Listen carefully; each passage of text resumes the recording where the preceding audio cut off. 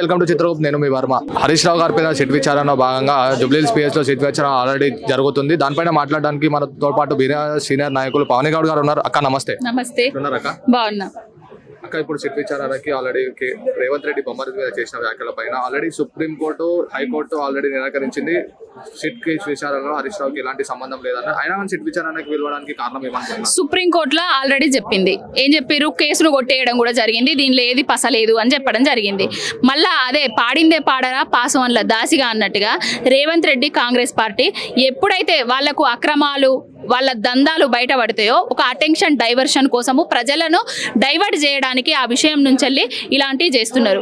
ఆనాడు లగచర్ల రైతుల విషయంలో అల్లుడి భాగోతాన్ని రామన్న బయట పెట్టిండు. ఆయనకి ఏం చేసిండ్రు? ఈ ఫార్ములా రేస్ అన్నారు. ఈనాడు బామ్మర్ది బొగ్గు స్కామ్, బొగ్గు కుంభకోణం బయట పెట్టిండు. హరీష్ అన్న గారిని సిట్టుకు పిలవడం జరుగుతుంది. అంతే తప్ప వాళ్ళు అక్కడ ఏమీ లేదు, ఏమీ లేని కొండం దవ్వి ఎలుకను తీసే ప్రయత్నాలు చేస్తున్నారు. ప్రతి ఒక్కరు తెలంగాణ ప్రజలు గమనిస్తూనే ఉన్నారు. ప్రతి ఒక్కటి కూడా గమనిస్తున్నారు. తెలంగాణలో ప్రజా పాలన అని చెప్పేసి అధికారంలోకి వచ్చి ప్రజా ధనాన్ని, పాలనను ఏ విధంగా దుర్వినియోగం చేస్తున్నాడు రేవంత్ రెడ్డి అనేది ప్రతి ఒక్కరు గమనిస్తున్నారు. 6 గ్యారంటీలు, 420 హామీలను నెరవేర్చే దమ్ము లేక, ధైర్యం లేక, సత్తా లేక ఇవన్నీ అటెన్షన్ డైవర్షన్ పాలిటిక్స్ చేస్తున్నాడు తప్ప ఇంకొకటి లేదు. అంటే అక్క ఇప్పుడు ఆల్రెడీ లాస్ట్ టైం ఇదే సిట్ విచారణలో భాగంగా బండి సంజయ్ గారికి పెద్ద ఎత్తున ర్యాలీ తీసారు. ఒక 10,000 మంది కార్యకర్తలు ఇదే పోలీస్ ప్రొటెక్షన్ ఇచ్చి వాళ్ళని సిట్ విచారణకు పంపించారు. బయట కార్యకర్తలకి వాళ్ళే బందోబస్తు ఇచ్చారు. హరీష్ రావు గారు ఏదైతే సిట్ విచారణకి వెళ్ళేటప్పుడు ఇక్కడ నుంచే బీఆర్ఎస్ కార్యకర్తలు అరెస్ట్ చేయడం జరిగింది. ఇప్పుడు మేము జూబ్లీహిల్స్ పిఎస్కి వెళ్ళాం. అక్కడ దగ్గర పెద్ద డిఐజీ లెవెల్ నుంచి సీఏ వరకు పెద్ద ప్రొటెక్షన్ ఇచ్చారు. ఎవరిని అక్కడ పంపించారు? దాని మీద ఎలా స్పందిస్తారు అక్క? భయం. రేవంత్ రెడ్డికి, బీజేపీ పార్టీకి, అందరికీ అతిపెద్ద ప్రాంతీయ పార్టీ అయిన బీఆర్ఎస్ పార్టీని చూసినా భయం. కేసీఆర్ గారన్నా భయం. కేసీఆర్ గారి వెన్ను దన్నుగా నిలుస్తున్న కేటీఆర్ అన్న, హరీష్ రావు అన్న కూడా కాంగ్రెస్ పార్టీకి, రేవంత్ రెడ్డికి భయం. కాబట్టి మమ్మల్ని అక్కడికి పోకుండా చేస్తున్నారు. మేమేమన్నా దొంగలమా, లేకపోతే లంగలమా, లేకపోతే వీళ్ళు మాట్లాడినట్టుగా ఇట్లా మాట్లాడి జనాలను ఏమన్నా రెచ్చగొట్టే ప్రయత్నాలు ఇట్లా చేసినామా? నిన్న మొన్న ఒక సభ పెట్టుకుంటాడు. బీఆర్ఎస్ పార్టీ దిమ్మెలను కూల్చుర్రు ఎక్కడికక్కడ అనేసి రౌడీ లెక్క, వీధి గుండా లెక్క టీడీపీ కార్యకర్తలకు చెప్తాడు. ఒక ముఖ్యమంత్రి స్థానంలో ఉండి, ఒక హోంమంత్రిగా ఉండి, ఒక విద్యాశాఖ మంత్రిగా ఉండి నువ్వు విద్యార్థులను ఏ విధంగా ముందటికి నడపాలి? బాగా చదువుకోండి, భవిష్యత్తు బాగుండాలి, మంచిగా స్థిరపడాలి, లేకపోతే రాజకీయాలకు రండి, ప్రజలకు సేవ చేయండి అని చెప్పాలి. కానీ నువ్వు అధికారంలోకి వచ్చి ఆ బీఆర్ఎస్ పార్టీ గద్దెలు కూల్చుర్రి, డ్రంక్ అండ్ డ్రైవ్లో అధికారంలోకి రాకముందేమో పోరగాళ్ళు చిన్నగా వేసుకుంటే గొట్టాలు వేతి ఊదిపిత్తారయ్యా. నా ఫోటో చూపెట్టిర్రు, ఎవడు ఛాలెంజ్ కనమంటారో వాళ్ళకు నా ఫోటో చూపెట్టిర్రు అని చెప్పిండు. ఇప్పుడు అధికారంలోకి వచ్చిన తర్వాత ఇగో ఆ పోరగాళ్ళకు ఛాలెంజ్లు కట్టాలి, బ్యాంకుల నుంచి డబ్బులు కట్టు కావాలి అని చెప్తాడు.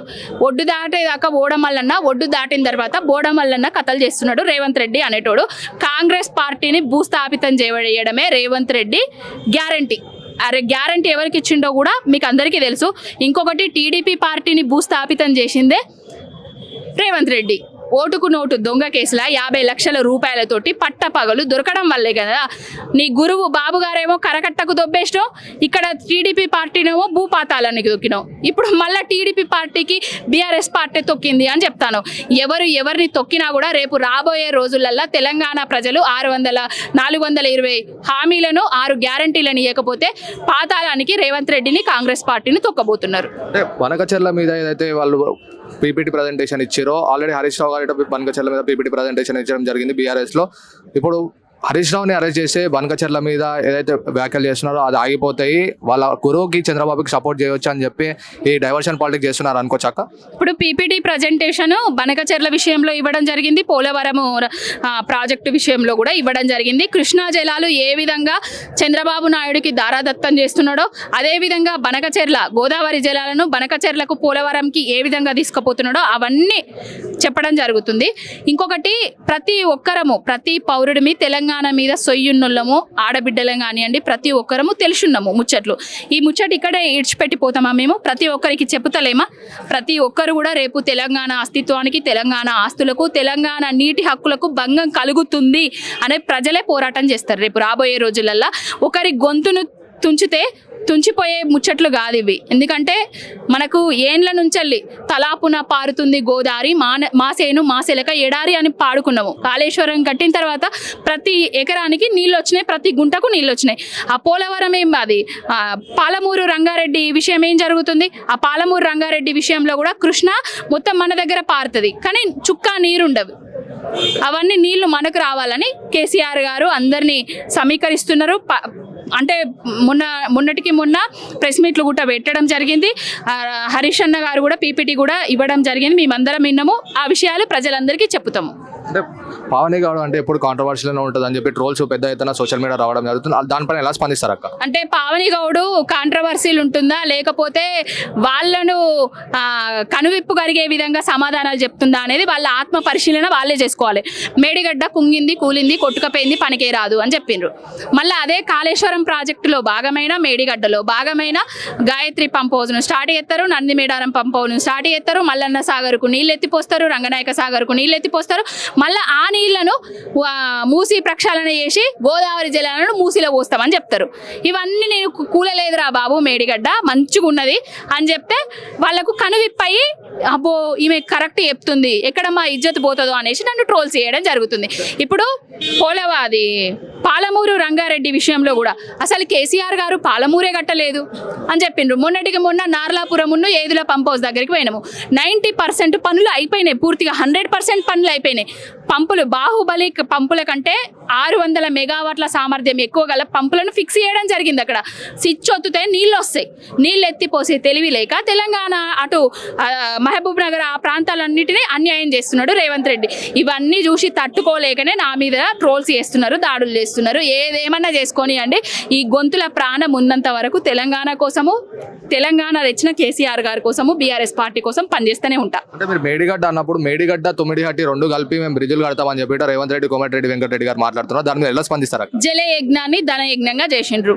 మేడిగడ్డ తుమ్మిడిహెట్టి అంటున్నారు కదా, తుమ్మిడిహెట్టి దగ్గర వైఎస్ రాజశేఖర రెడ్డి గారు శంకుస్థాపన చేసిండ్రు. శంకుస్థాపన చేసి 2014 దాకా తట్టెడు మట్టి కూడా పోయలేదు. 2014 తర్వాత కేసీఆర్ గారు వచ్చి మహారాష్ట్ర తోటి ఒప్పందాలు చేసుకుందామని చూస్తే మహారాష్ట్ర ప్రభుత్వం అంగీకరించలేదు కాబట్టి అక్కడ కట్టడం జరగలేదు. తుమ్మిడిహెట్టి దగ్గర నీటి లభ్యత అక్కడికంటే తుమ్మిడిహెట్టి దగ్గర కంటే మేడిగడ్డ దగ్గర ఎక్కువ ఉన్నది కాబట్టి అక్కడ ఎత్తిపోయడం జరిగింది. కన్నేపల్లి పంపు నుంచి మేడిగడ్డ బ్యారేజ్ దగ్గర, మెల్లిగడ్డ నుంచి అన్నారం, సుందిల్లా ఇట్లా చేయడం జరిగింది. వీటిని ఎల్లంపల్లికి ఎత్తిపోసుకోవడము, ఆ ఎల్లంపల్లి నుంచి నందిమేడారము, గాయత్రి, కొండపోచమ్మ, అన్నపూర్ణ రిజర్వాయరు, మిడ్మానేరు వీటిలన్నిట్లో పోసుకోవడం జరిగింది. అసలు కాళేశ్వరం ప్రాజెక్ట్ అంటే మేడిగడ్డ దగ్గర కూలిన ఒక పిల్లర్ కాదు. కాళేశ్వరం ప్రాజెక్ట్ అంటే మస్తు బ్యారేజీలు ఉంటాయి, పంప్ హౌస్లు ఉంటాయి, సబ్ స్టేషన్లు ఉంటాయి. అవన్నీ చదువుకోవాలి రేవంత్ రెడ్డి అనేటోడు. ఇప్పుడు చదువుకోనికి అమెరికాకి వెళ్తున్నాడు. మన పొలిటికల్ ఏదైతే ఉన్నాయో పొలిటికల్ లీడర్షిప్ గురించి చదువుకోవడానికి డావోస్ పోతుండే. ఆల్రెడీ డావోస్లో ఉన్నారు. 25 నుంచి 30 తారీఖు వరకు రేవంత్ రెడ్డి స్టూడెంట్ అవుతున్నారని చెప్పి వార్తలు వస్తున్నాయి. దాని మీద ఎలా స్పందిస్తారు అక్క? అంటే చదువుకోవడానికి పోతున్నాడు, చదివేస్తే ఉన్నమతి పోయినట్టుగా ఆయన ఏది చేసినా కూడా కుక్కతోక వంకర లెక్క. అది చక్కగా కాదు. మన తెలంగాణ రాష్ట్రాన్ని ఆయన పాలించడం చేత కాదు.